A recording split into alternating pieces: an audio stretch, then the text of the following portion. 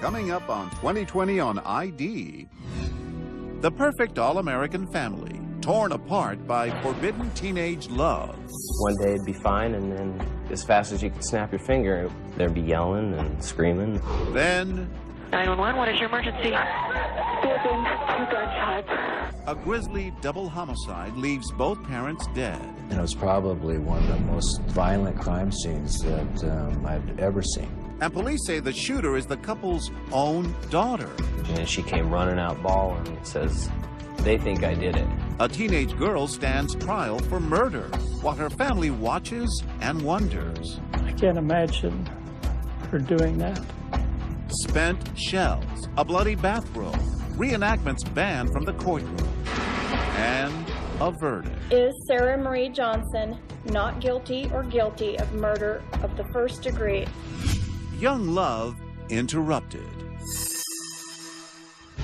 Welcome to 2020 on ID. I'm John Quinones. Parents know to expect problems when their kids become teenagers. And Diane and Alan Johnson's 16-year-old daughter Sarah had presented them with a very big problem. A boyfriend they thought was wrong for her and possibly dangerous.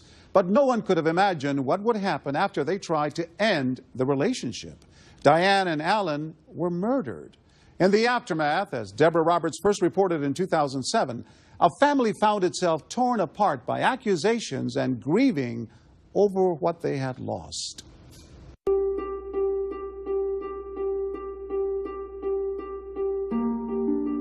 She was very vivacious, very curious, very loving, very loyal. You couldn't have a better friend than Diana. I always looked up to Alan and copied him, and he was always just a really great, honest, straightforward guy. When I see something that reminds me of Diana and Alan, it's something that has a good memory. Their lives seemed nearly as picture-perfect as the resort town they lived in. Married for 20 years, Alan and Diane Johnson were among the successful locals who made their lives on the outskirts of Sun Valley, Idaho, the vacation spot and home to the rich and famous. Alan was part owner of a landscaping business. Diane worked at a medical clinic. Longtime sweethearts, they treasured family, including 2 children. 16-year-old Sarah, athletic and outgoing, and her brother Matt, a gentle spirit who at 22 had moved on to college. My mom and dad were my best friends. Probably are still to this day. My father and I worked, did hunting, just hung out constantly. And your mom? And my mom, oh man, she's such a wonderful person. And she had the ability to make everybody happy. In the small, close-knit community, Diane and Alan were known for their lively parties and trap-shooting outings. But their focus was their youngest, Sarah. She was Daddy's little princess. Popular and spunky, she excelled in high school basketball and volleyball and was a member of the debate team. What kind of a kid was she? When she was younger, she was very nice, and she loved playing around with other kids. She just connected with people real well. Were you two close? Yeah, we were pretty close. But the happy family life would come to an end after Labor Day weekend, 2003. 911, what is your emergency? 2 gunshots. Alan and Diane Johnson were brutally executed in their home.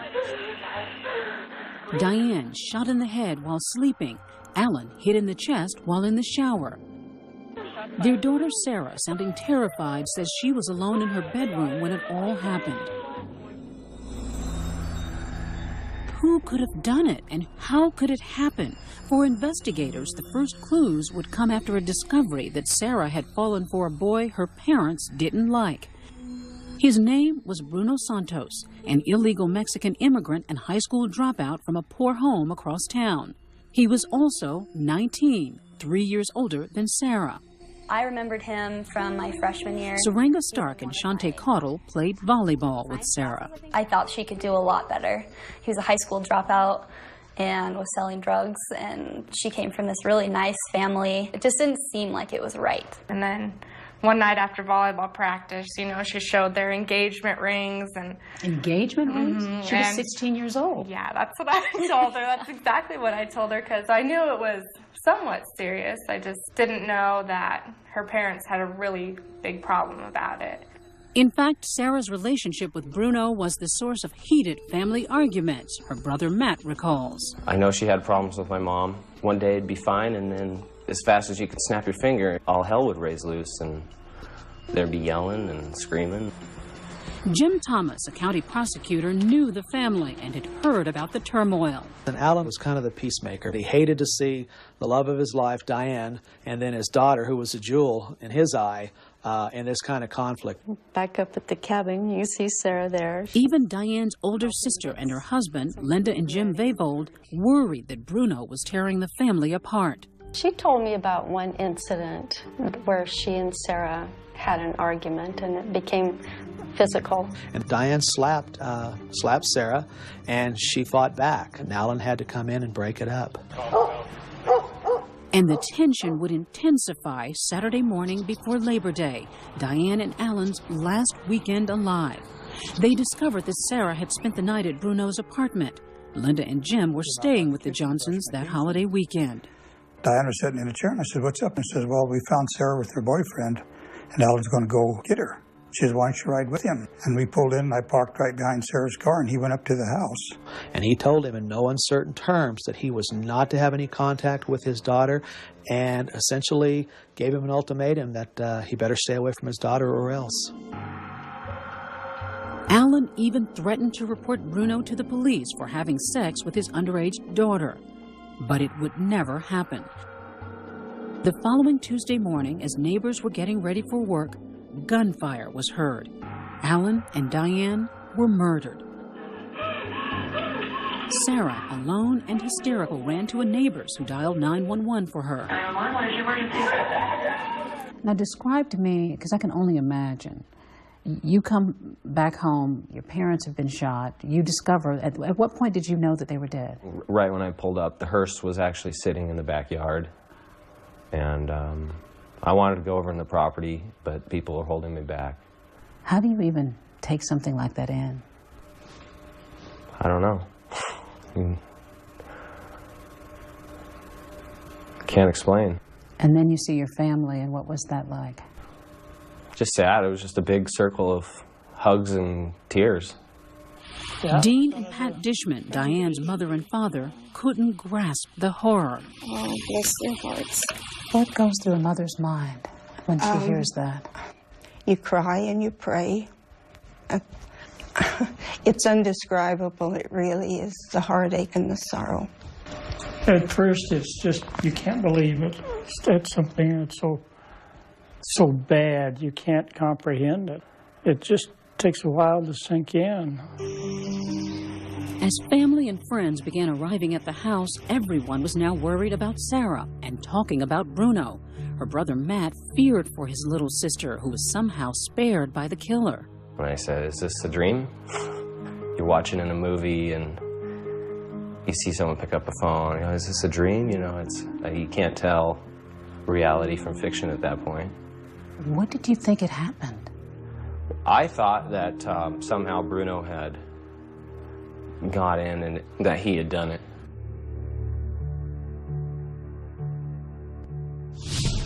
When we come back, what Sarah says happened the day her parents died. She heard one bang and had gone to their door, knocked on it, yelled out, "Mom, Dad," and then heard a second bang.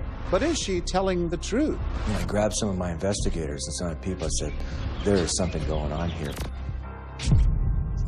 Stay with us.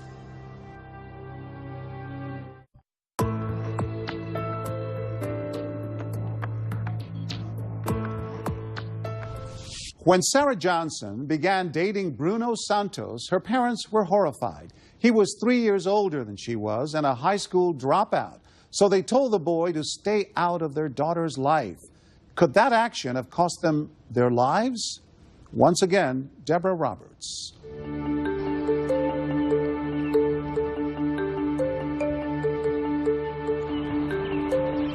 It was dawn on Tuesday, the day after Labor Day 2003.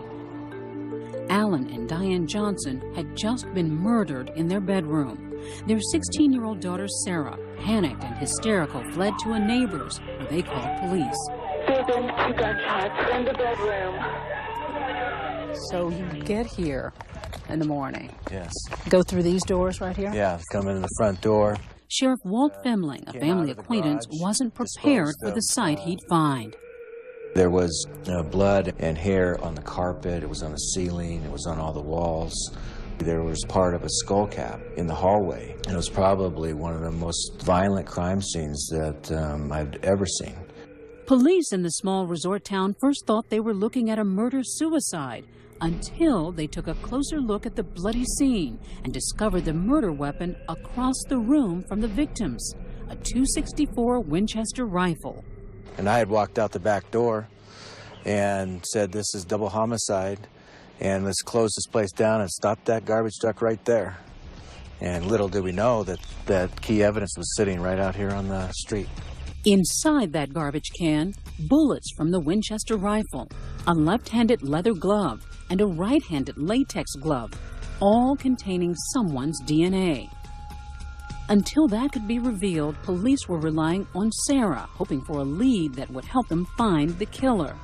And what did Sarah tell you at that point had happened? She said that she heard the shower running and that she heard one bang and had gone to their door, knocked on it, yelled out, "Mom, Dad," and then heard a second bang and ran out the house. What were you feeling for your sister who just went through this? If this rang true, if this is what happened, that's just horrible. That would be sad to be in a house when that happened. Poor Sarah. Yeah. 16 years old. Of course. At this point, you're all in mourning, and what's going on with her? The police were investigating her. The police were investigating Bruno. They thought she was going to up and just take off with him. We thought it was Bruno. We really did. We thought maybe because he was angry because Diane and Alan wouldn't let him see Sarah. Investigators had also fingered 19-year-old Bruno Santos, the Mexican boyfriend with a shady reputation as a drug dealer. Do you go to look for him right away? Yes, we are sending a team out to try and locate Bruno, and he showed up at the crime scene. So I asked him if he would stay there for a while. We got a warrant for his DNA. Police fully expected Bruno's DNA to tie him to the evidence they'd found in the garbage. But while they were focusing on him, devastated family and friends noticed something troubling about Sarah. Marguerite Soursby took note as Sarah's grandparents tried to comfort her. They were beside themselves. She was patting her grandma on the back. She was crying, and her little friend came up next to her, and Sarah immediately quit crying and started whispering to her. She mouthed, "Go see if Bruno's okay." And I remember it was like someone threw some cold water on me. Then, as investigators removed Alan and Diane's bodies from the house, they too noticed a coldness and distance from Sarah. She was sitting on the fence watching it, and the police actually asked her to move back. They were just sitting on the fence. Was she devastated beyond? No, you would have thought she was at a baseball game. And I grabbed some of my investigators and some of the people. I said, there is something going on here. I mean, most 16-year-olds would be hiding. They would not want to sit there on the fence and watch their parents come out in body bags. No way. By now, Sarah's friends were becoming just as suspicious. Her grief, they decided, didn't appear genuine. And Sarah was preoccupied with hair and nail appointments, hardly the expected behavior of a girl who just lost her parents. If she did do it. Then Shantae Cottle remembers a chilling moment during volleyball practice. She came up to my side and she said, "Shantae, find Bruno and tell him that I love him no matter what happens." Right when she said that, it was just this awful feeling and my heart just sunk. And I was like, she did it. Police were also now wondering if Sarah had some part in the killing of her parents. After hearing about the heated arguments over Bruno, investigators took Sarah's fingerprints and DNA samples and grilled her. I don't even know how it got there. Seriously, I do not. Because there was a flaw in your plan. I don't have a plan. Sarah stuck to her story about an intruder who'd committed the murders, though there was no evidence of a break-in. Sarah, By now, her mom's sister, Linda Vavold, didn't believe her niece. I didn't do it. Every time she went in to be interrogated by the police, her story kept changing. And one time the door was open, and the other time the door was closed. Sometimes she went out the front door. Sometimes she went back through her bedroom and out the hall. Maybe she was a confused kid? Yeah. You'd think that she would have remembered how she left the house. At that point, I had heard so many lies and her so many... story was falling apart, yet Sarah's older brother Matt tried desperately to believe his sister's account. One time I met her at the police station and she came running out bawling and says, "They think I did it." And this must have hit you like a ton of bricks. I said, no, they're just making sure they rule you out. That's what I told her. What he didn't say is that he was having suspicions too. Bruno Santos' family, who'd been interviewed half a dozen times, had convinced police that he was at home during the murders. Then forensic evidence began coming back from the lab. No match to Bruno. Investigators now had a new theory.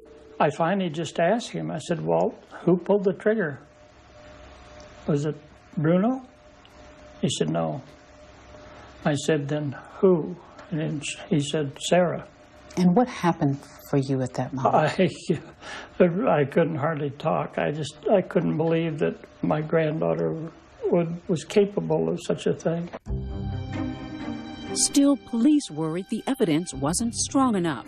So instead of arresting Sarah, they sent her to live with her aunt and uncle, Linda and Jim, while the investigation went forward. It was a trying arrangement. So you're beginning to suspect that you have a murderer living in your house. Yeah. And is it hard to even allow yourself to think that? It was really hard. You just can't even fathom it. But all the evidence that the police were sharing with us, nobody else could have done this crime. Linda struggled not to let on to her young niece, who was now revealing disturbing nightmares to her aunt. She said, "I had this dream about my parents." And Mom was in the kitchen, and she was cooking. And when she turned around, Mom's face was all blocked out. And she said, and I was talking to my dad, and there was nothing there on his chest. She said she didn't want to hug him because she didn't want to hurt him. And he said, "Don't worry, you can't hurt me anymore." And what did you take this to mean? I thought maybe her subconscious trying to admit guilt. The evidence is stacking up, and it's only a matter of time before it all comes crashing down on your head. Still, Sarah stuck to her story that she was innocent. And did you absolutely accept and believe this? Oh, of course. Of course I did. Did you ever ask her, "Sarah, did you do this?" I couldn't ask her. At that point, I was afraid of the answer. When we come back, police get a break in the case. And we said, there it is. That's it, our smoking gun. But will it be enough? Stay with us.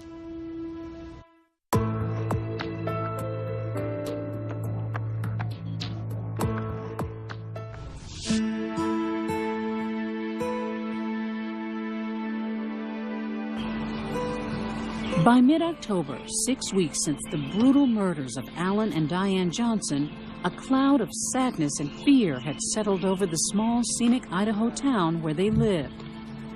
No one had been arrested, and the 19-year-old prime suspect, Bruno Santos, had been cleared. But his girlfriend, Sarah, the 16-year-old daughter of the murdered couple, was under suspicion. Her family, now watching her closely for investigators, struggled not to let on. I can't imagine what that pain must be like. It's hard enough to control your emotions, to not go after that person, and to not throw anything at her that would tip her off that they think she did it. I was just told to be as nice as I could. Then, on a Wednesday afternoon, the waiting was finally over. When the state lab came back, and they said, "We have Sarah's DNA inside the glove." And we said, there it is. That was your smoking gun. That's it, our smoking gun. We got her. No. Sarah, your life has changed forever. You're telling me. Convinced they had the final piece of forensic evidence in place, investigators questioned Sarah one last time, hoping for a confession. Sarah, tell me. I didn't do it. You did it. No, I didn't. Sure as I'm sitting here. She wouldn't budge. After 45 minutes, Sheriff Walt Fimling made the move he had dreaded. He arrested the now high school junior on 2 counts of first-degree murder. I did not think she did it. I still don't. Robert Pangburn, the public defender representing Sarah, says it was no surprise that her DNA was found nearly everywhere since she lived in the house. He accused investigators of being reckless and rushing to find a killer. What were your impressions of Sarah when you first met her? She at no point struck me as an evil person, which I think any teenager who would kill their parents would by definition be an evil person. She just struck me as a normal kid. The arrest of Sarah Johnson would make headlines everywhere. A rare case of a 16-year-old girl charged in the murders of her own parents. It's called parricide and typically involves boys. We knew all along that was going to be the biggest psychological hurdle I faced in prosecution with a jury, is trying to convince them that this 16-year-old girl acting alone killed her parents in such a violent way. That was the challenge for Thomas's team as the trial began in February 2005. He's going to be the most critical witness we've got. So. They believed they had the forensic evidence to convict, but worried whether they could prove that this once bright, athletic high school girl suddenly became a killer. We've got direct forensic evidence, DNA, the blood spatter, the inconsistent stories, and the incriminating statements showing a guilty mind. While her anguished relatives looked on, prosecutors presented grim details of the killing and the evidence. The bullets, some found in Sarah's room. One of those rounds had Diane Johnson's blood on it. The leather and latex gloves with her DNA. And Sarah's pink bathrobe, covered in her mother and father's blood, also found stashed in the family's garbage. It's the truth, the whole truth, and nothing but the truth, so help you God. ¿De Dios? Sí. Yes. Then they questioned the person who may have given Sarah a reason to kill, the Mexican boyfriend her parents didn't approve of, Bruno Santos. Me amenazó. He threatened me. Que me iba a pegar y me iba a meter a la cárcel. He told me that if I didn't leave his daughter alone, that he was going to hit me and that he was going to put me in jail. We simply wanted him to show the relationship that he had with Sarah, which he admitted was a sexual relationship, and just really put a face to this particular witness who we knew the defense was going to be pointing to as the main culprit. Bruno very easily could have recruited cohorts of his. He was involved in the drug business, and people who are dealing oftentimes have associates who are very violent people capable of the terrible crimes that happened in this case. That's all I've got, Your Honor. And though Santos may have given the defense another scenario for the murders, Your Honor, we have decided not to cross-examine Mr. Santos. At all? At all. Pangburn amazingly declined to question him. Would you state your name, please? Melinda May Gonzalez. Then, 16 days into the trial, prosecutors called a witness who would paint Sarah as a pathological liar. One of her former jail cellmates, Melinda Gonzalez, a convicted drug dealer, testified that Sarah nearly admitted to the killings. And then one time we're talking, and she said, when the killers killed my parents. Truth and nothing but the truth, so help you God. Then, one of the toughest moments of all for the family. Matt would have to testify.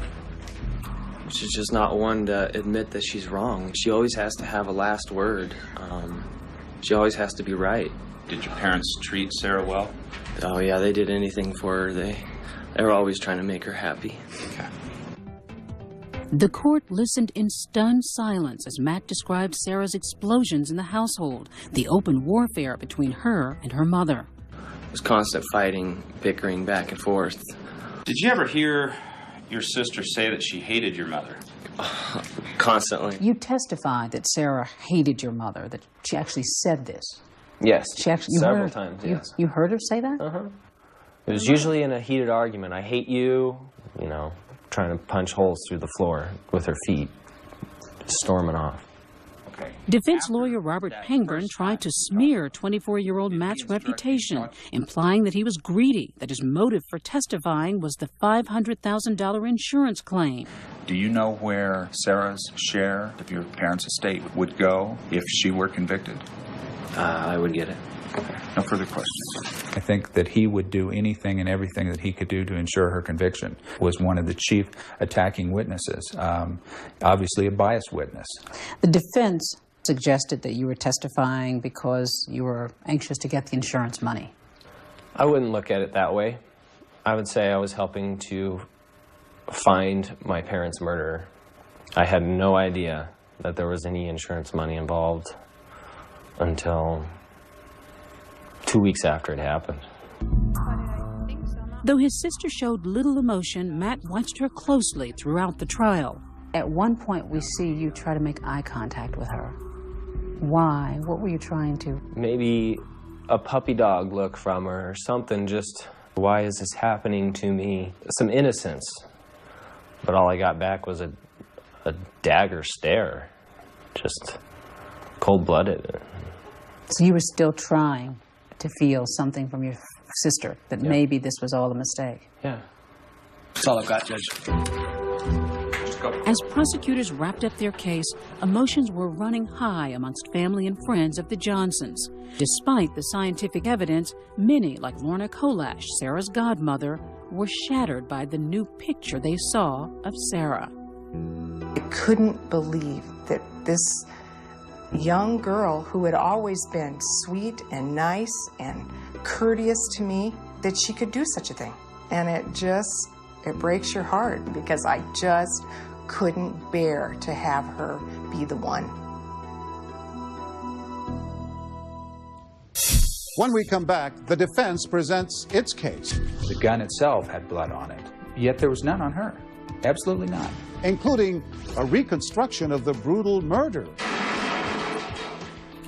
But will the jury get to see it? We have asked this court to exclude evidence. Stay with us.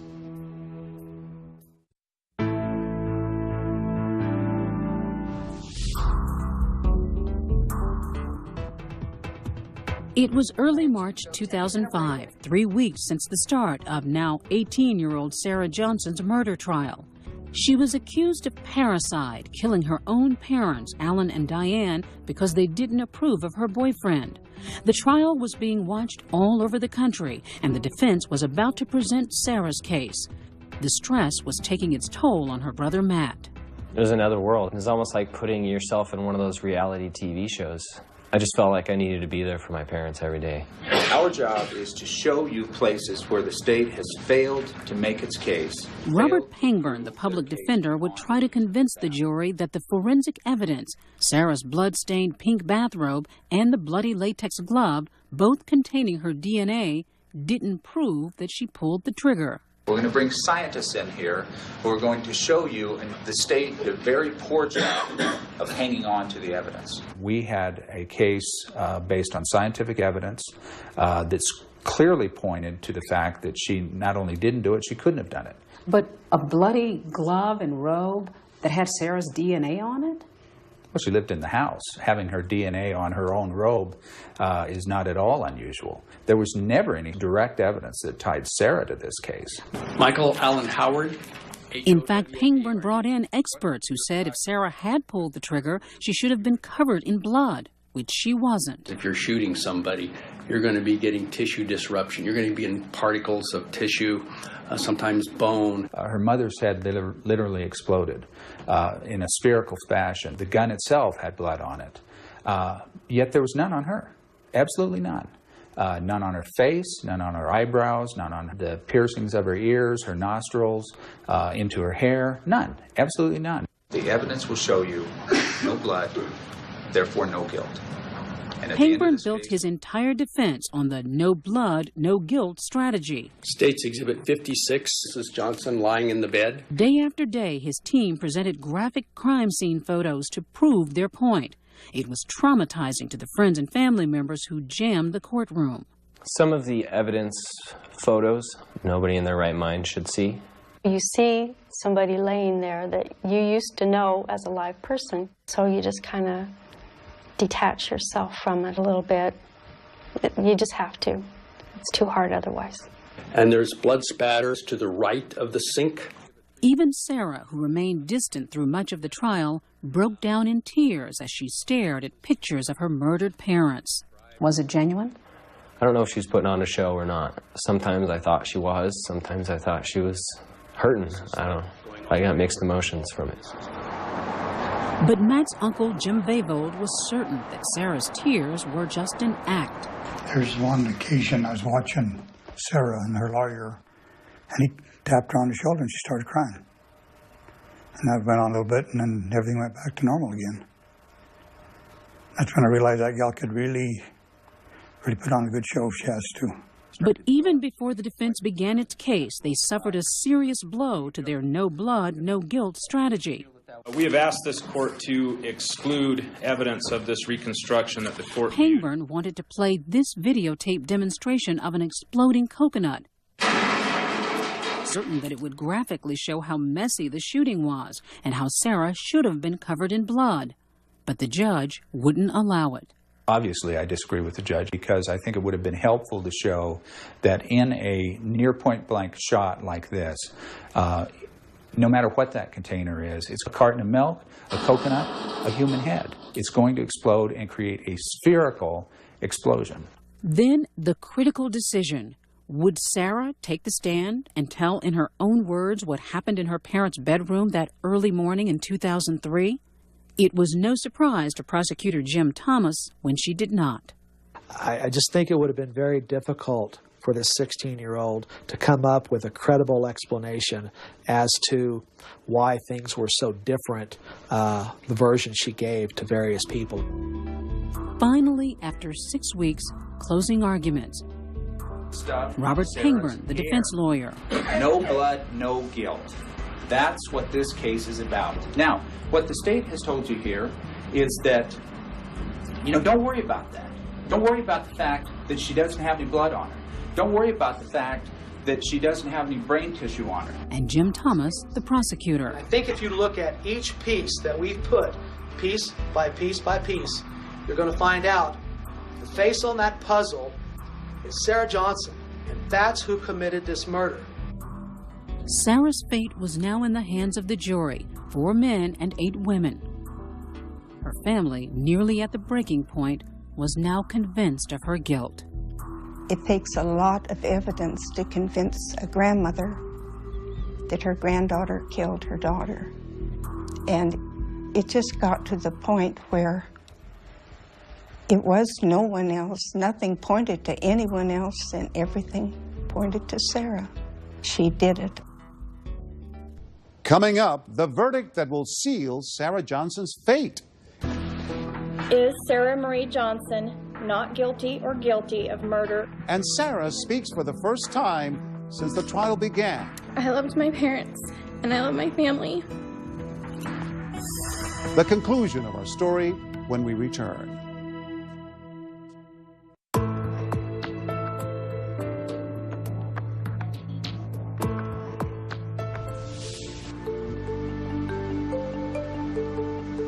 On Wednesday morning, March 16th, after 2 days of deliberating, jurors had reached a verdict in the murder trial of 18-year-old Sarah Johnson. She'd been accused of violently killing her parents, Alan and Diane. There'd been 6 weeks of tear-filled testimony, and friends and family now awaited the decision. Sarah was crying, and her defense team had probably told her to hope for the best but expect the worst, and I think that's what she was doing, because she was crying before the jury came in. Is Sarah Marie Johnson not guilty or guilty of murder of the first degree? Answer, guilty. Guilty on both counts of first-degree murder. That was probably one of the single hardest points of that whole situation, was hearing the guilty verdict. Why? Given that you felt at that point that your sister was guilty? I knew what I knew. I just needed to get confirmation from outsiders that this is really what happened. Defense lawyer Robert Pangburn continues to believe that his teenage client was wrongly accused. So you believe there are murderers out there on the loose still? I do, yes. Why didn't the jury believe this? I don't know. But prosecutor Jim Thomas is convinced the guilty verdict will now put away a dangerous young woman. There's something wrong with the hard wire in her head, and the fact that she could commit this crime in such a horrendous, violent way and then have so little reaction afterwards simply shows me that she was just a stone-cold killer. You eliminated that right there. I'm right-handed. Dr. Michael Wellner is a forensic psychiatrist and consultant to ABC News. He never met Sarah Johnson, but after reviewing our tapes, explained how a seemingly normal 16-year-old girl could commit such an awful crime. You have to depersonalize in order to kill. Anger helps that happen. Revenge helps that to happen. People should see this as a volcano erupting. And when they erupt, they destroy everything around themselves. So you think she just stopped looking at her parents as people? Absolutely. And just took it out on them? Absolutely. 2 months after the verdict, Sarah's sentencing. Should her young age spare her a life term? Not according to her family and friends. One by one, they all asked that she be locked away for the rest of her life. And do you have a statement that you would like to make for the court here today? Yeah, I prepared a written one, but I'd like to speak from the heart. Especially her angry brother Matt. Sarah, Mom and Dad treated you like a princess. I don't know why you threw it away. Of all the things I miss their hugs. Their bear hugs. And Judge, I would like to see the maximum, because after tomorrow and you read your sentencing, I don't want to ever have to hear about her or this event ever again. Matt's testimony during sentencing was very powerful. I think it was a combination of anger, of rage, of sadness, of confusion.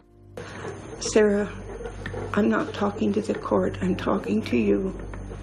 77-year-old Pat Dishman stared directly at her granddaughter, pleading for an explanation, anything to explain how she could have viciously killed her own parents. We have been devastated, absolutely devastated by the deaths of your dad and mom. And the devastation was even worse when we had to come to the realization of who did it. I just needed to talk to her and tell her how broken we all were and ask her why. And I think I ended by saying I still loved her, because I do still love her, and that I would pray that her soul would find its way back to God.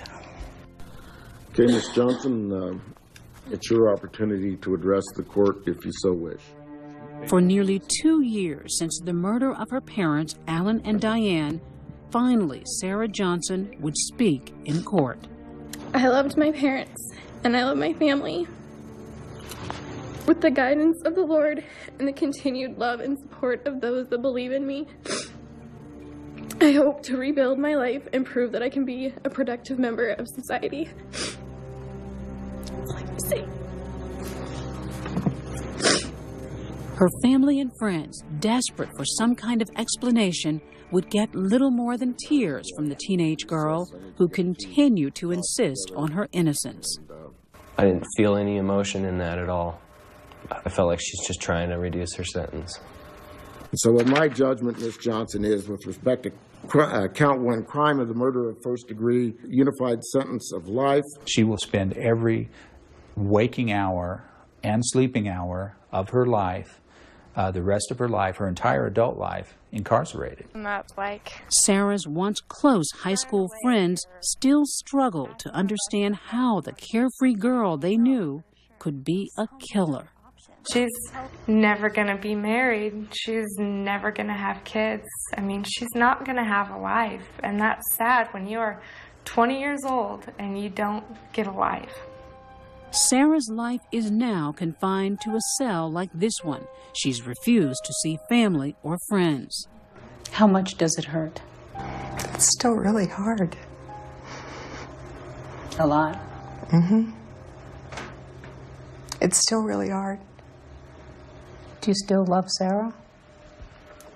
That's what I'm having the trouble with. I can't imagine her doing that. It's just unbelievable. You know, there was absolutely no reason for her to do what she did. She loved her dad so much, and he loved her. And if she could do that to him, what's to stop her from doing it to somebody else? We need to make sure that she's somewhere where she can't do that to anybody else. Time has done little to ease the devastation in this small Idaho resort town. Alan and Diane Johnson are still the subject of conversations, and their family and friends still ask why. Why did a young girl who seemed to have it all shatter her world and theirs? Every once in a while I'll get upset with something, and I can still hear Diana saying, "Mom, don't sweat the small stuff." And I laugh. And that's the way people do remember them. They remember the good, the fun, and the wonderful people they were. Can I cry now? Yes, you may. For Matt, the pain goes deeper. My heart goes out to Matt. I just can't even imagine losing both your parents like that. I feel bad that he's been robbed of his mom being a grandma and his dad being a grandpa, and you know, all the things that he's not going to be able to share with them. He not only lost his parents, who were once his best friends, but he also lost the little sister he once vowed to love and protect. Do you really not want to hear from Sarah ever again? I really have no intention on contacting her. But she's your sister. But she killed my parents. Sarah Johnson was sentenced to 2 consecutive life